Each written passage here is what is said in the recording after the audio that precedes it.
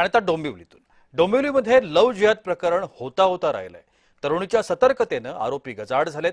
शिळपाठा येथील जावेद खान गजाआड झाला। आरोपीला जास्तीत जास्त शिक्षा करा अशी मागणी हिंदुत्ववादी संघटनेच्या कार्यकर्त्यांनी केली।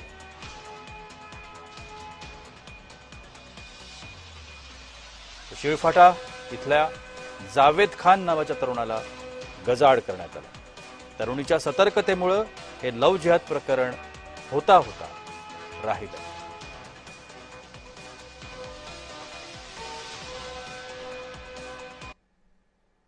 विश्व हिंदू परिषद, बजरंग दल, राष्ट्रीय स्वयंसेवक संघ अशा अनेक हिंदुत्ववादी संघटना आहेत, त्यांच्याशी संपर्क करा।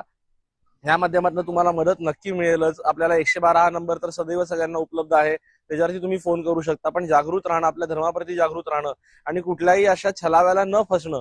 आजच्या प्रकरणात आपण बघितलं की तो महागातली गाडी घेऊन आलेला किया सेल्टॉस 30 लाखाची, त्याच्यानंतर त्यांनी अनेक आमिष दाखवली। अशा आमिषांना न बळी पडणं हेच या मागचं कारण आहे की ह्यामुळे आपण सावध राहणं हे गरजेचं आहे आणि ह्याच्यातनं आपण वाचण्याचा हा एकमेव मार्ग आहे।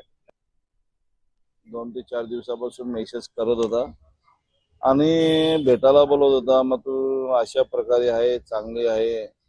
आणि मग त्या मुलीने, मी त्या मुलीचं खरं तर अभिनंदन करतो, तिला मनापासून शुभेच्छा देतो। त्या मुलीने एक डेअरिंग करून त्या मुलाला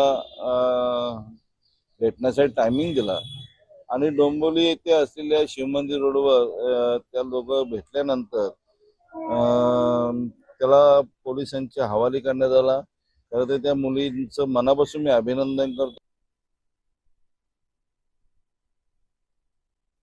लव्ह जिहादच्या माध्यमातून हिंदू मुलींना या मुसलमानांकडनं, या जिहाद्यांकडनं जे ट्रॅप करण्याचा प्रयत्न केला जात आहे, त्याचाच प्रकार ह्या मुलीला माहिती होता। पण ती मुलगी, आपली हिंदू मुलगी जागृत असल्यामुळे तिने या सगळ्या आपल्या कुटुंबियांना सांगून ह्या जो जिहादी मुलगा होता याला पकडून दिलं। पकडून त्याला आम्ही पोलीस स्टेशनला हजर केला असता त्यांनी सांगितलं की कोणी रहीम नावाचा मुलगा आहे, त्यांनी तिचा नंबर तिला त्या मुलीला दिला। रहीम नावाच्या मुलाने त्या रहीमचा पण शोध घेतला पाहिजे, अब्दुलचा पण शोध घेतला पाहिजे